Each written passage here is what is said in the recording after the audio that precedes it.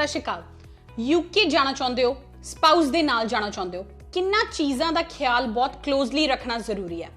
कि एयरपोर्ट ते इंटरव्यू आ सकती है, कि वीज़ा ऑफिसर क्वेश्चन पूछ सकता है, कि कॉलेज या यूनिवर्सिटी वीज़ा ग्रांट करन तो बाद भी इंटरव्यू लै सकते हैं। इन्ना क्वेश्चंस दे आंसर अज इस वीडियो दे विच ने। ध्यान नाल इस वीडियो नूं सुनियो ते जे हो सके तो अपने फ्रेंड्स, फैमिली मैंबर्स या जेड़े भी यूके जाना चाहते हैं उन्हां तक पहुंचाइयो जरूर। यूके दे विच सब तो ज्यादा important criteria post study work permit दे आउण तो बाद, लैजिस्लेशन दे विच चेंज होने तो बाद, ब्रैक्सिट तो एग्जिट करन तो बाद, जदों 28-29 कंट्रीज दा एक जोड़ तोड़ सिगा ते अज ब्रैक्सिट है, उन्होंने पोस्ट स्टडी वर्क परमिट उस ब्रैक्सिट तो बाद इंप्लीफाई किया है। इहदा मतलब यह है कि अज यूके अपनी कंट्री दे विच माइग्रेशन प्रोग्राम नूं चलाउण वास्ते बहुत इंटरस्टिड है। इंटरस्टिड होने दे नाल नाल एक कंट्री अपने बारे की सोचती है, इन्हां गल्लां बारे अज गल करांगे। कंट्री उन्हां ट्रेड्स, उन्हां बच्चियां नूं उत्थे पक्का करेगी, उन्हां बच्चियां नूं उत्थे सैटल करन दी अपॉर्चुनिटीज देगी जिहड़े बच्चे उन्हां लई फायदेमंद होण। जे वो बच्चे इत्थे आके पढ़ रहे ने, कि उन्हां बच्चियां नूं बदले दे विच कंट्री वो प्रिविलेजेस, वो बैनीफिट्स दे रही है, जिन्हां बैनीफिट्स करके वो बच्चे यूके दे विच आके इन्नियां फीसां भर के पढ़ना चाहुंदे ने।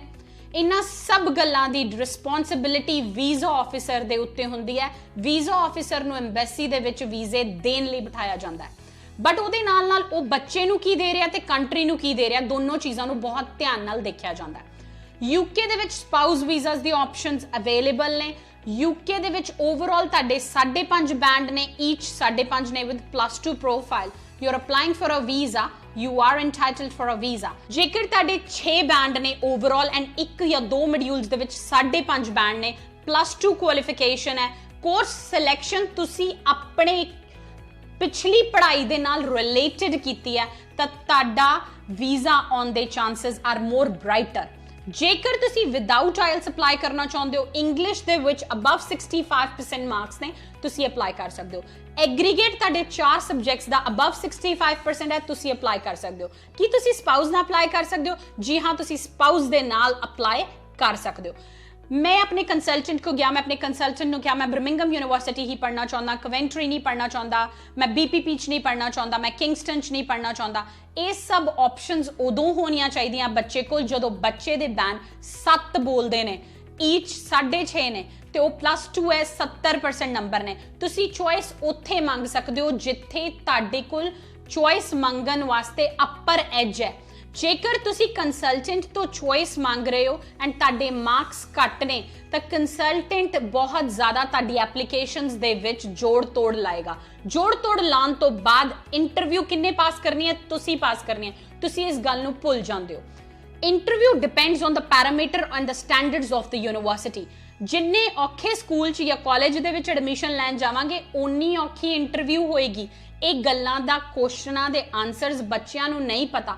एज अ कंसल्टेंट ये साडी जिम्मेवारी है कि असीं ये क्वेश्चंस दे आंसर बच्चियां नूं दे, पर कई बच्चे क्वेश्चंस दे आंसर सुनन नूं तैयार नहीं है। वो बच्चे अपनी फाइल ऑलरेडी आस्ट्रेलिया तो, कैनेडा तो रिफ्यूज करा चुके ने, अज सोचते ने यूके जाइए। जे वो अपनियां शर्तां लागू करनगे तां वो यूके तो भी अपनी फाइल रिफ्यूज करा लैणगे। स्पाउस वीजे दे विच किन्ना चीज़ां दी कंसिडरेशन देखी जाती है, कि स्पाउस तुहाडा किन्ना पढ़िया लिखिया, ये बहुत जरूरी है। कि तुहाडी मैरिज नूं किन्ना चिर हो गया, कि तुसी एक दूजे नूं किन्ने चिर तो जानदे सी, कि तुहाडी फाइनैंशियल फैमिली दे हालात की ने, तुहाडी आमदन की है। जी हाँ, बहुत क्लोजली देखना पड़ेगा कि तुहाडी इनकम सोर्स की है, तुहाडे बैंक दे विच किन्ने पैसे ने। स्पाउस वीजे नूं ग्रांट करन लई ये बहुत इंपॉर्टेंट क्राइटेरिया है जिन्हों इग्नोर नहीं किया जाता। चॉइस ऑफ कोर्स बहुत इंपॉर्टेंट कंसिडरेशन है। जेकर तुसी +2 कीती है, ह्यूमैनिटीज़ दे विच कीती है एंड तुसी सडनली चाहते हो कि तानू, क्योंकि तुसी उहदे विच कंप्यूटर्स पढ़िया तो तानू IT दा प्रोग्राम मिल जाए, that is not gonna be feasible. जे तुसी फिल्म मेकिंग, फिल्म प्रोड्यूसिंग पढ़ी है एंड तुसी चाहते हो कि अज तुसी MBA लै लो, जे तुसी बैचलर्स हो, that is not possible. You have to understand, तुसी अपने रिलेटेड प्रोफैशनस दे नाल चीज़ां लै सकते हो। हर कोई MBA लै सकता है, इस सब नूं पता है। MBA नूं लैना इज़ ईजी ऑप्शन, इस सब नूं पता है। बट कि तुसी कोर्स दी सिलेक्शन दे विच किन्नी कपाल कर दो। जे तुसी किहो जिहा कोर्स पढ़ो जिहदे बारे तुहानू तुहाडे तो ज़्यादा ਨੌਲੇਜ ਇੱਕ ਕੰਸਲਟੈਂਟ ਨੂੰ ਨਹੀਂ ਹੋਏਗੀ ਕਿ ਉਹਦੇ ਵਿੱਚ ਵੀਜ਼ਾ ਅਪਰੂਵ ਕਰਨਾ ਤੁਹਾਡੇ ਲਈ ਸੌਖਾ ਹੈ, ਇੰਟਰਵਿਊ ਪਾਸ ਕਰਨੀ ਸੌਖੀ ਹੈ। ਵੀਜ਼ਾ ਆਫਿਸਰ ਨੂੰ 5 ਕੁਐਸਚਨਾਂ ਦੀ ਬਜਾਏ 7 ਦੇ ਆਨਸਰ ਦੇਣੇ ਸੌਖੇ ਹੋਣਗੇ? ਜੀ ਹਾਂ, ਸੌਖੇ ਹੋਣਗੇ। ਸੋ ਇਹਨਾਂ ਗੱਲਾਂ ਦਾ ਧਿਆਨ ਕਿੰਨੇ ਰੱਖਣਾ ਹੈ? ਸਟੂਡੈਂਟ ਨੇ ਰੱਖਣਾ ਹੈ, ਨਾਟ ਦ consultant. You should not guide the consultant if you have less marks. You should ask for options, but not a determined answer कि मैनू यही चाहिए। This will result in refusal, and बहुत बच्चे refusals लैके आंदे ने, and उस तो बाद उन्हां दे कोल options होर घट जांदियां ने, and असी चाहुंदे हां कि वो options ना घटन। तुसी अपने spouse दे नाल UK दे विच settle होवो। कुछ टाइम बाद ऑप्शनस इदां दियां आणगियां जिहदे विच UK COVID-19 तो बाद इंप्लीमेंटेशन ऑफ माइग्रेशन पॉलिसीज करेगा बेस्ड ऑन कॉमनवेल्थ लेजिस्लेशन। सो ये बहुत इंपॉर्टेंट है। पोस्ट स्टडी वर्क परमिट कड्डन दा रीजन यूके दे कोल यही सीगा कि यूके वांट्स ब्रेन ड्रेन। अज दी डेट च यूके चाहुंदा है कि ब्रेन ड्रेन होवे। यूके दोबारा उन्हां चंगे बच्चियां नूं उत्थे विचरन वास्ते, उत्थे रहन वास्ते ऑप्शंस देगा, but right candidate will only be able to stay. So 2 साल दा वर्क परमिट, 2 साल दी एजुकेशन। जेकर तुसी प्रोफेशनली तुसी मास्टर्स दे प्रोफेशनली 1 ना जाना चाहते हो, ईयर 1 करना चाहते हो, तुसी बैचलर्स हो, तुसी मास्टर्स नहीं कर पा रहे डायरेक्टली क्योंकि तुहाडे मार्क्स घट ने, हर तरह दियां ऑप्शंस अवेलेबल ने। ऑप्शंस कंसल्टेंट तानू गाइड करेगा, डिसाइड तुसी करोगे, अपने भविख दे डिसीजन मेकर तुसी हो, कंसल्टेंट नहीं है। बट कंसल्टेंट को ताडे तो ज़्यादा एक्सपीरियंस है किस यूनिवर्सिटी के पैरामीटर्स की होणगे, उस पैरामीटर्स के बेस दे उत्ते इंटरव्यू की होएगी। सो जेकर तुसी स्पाउस वीजे दे विच यूके जाना चाहते हो, जेकर तुसी आईएलस नहीं कीती बट इंग्लिश नू चंगी तरह बोल सकते हो, इंग्लिश नू चंगी तरह समझ सकते हो, overall English medium of instructions च पढ़े हो, 65% मार्क्स ने।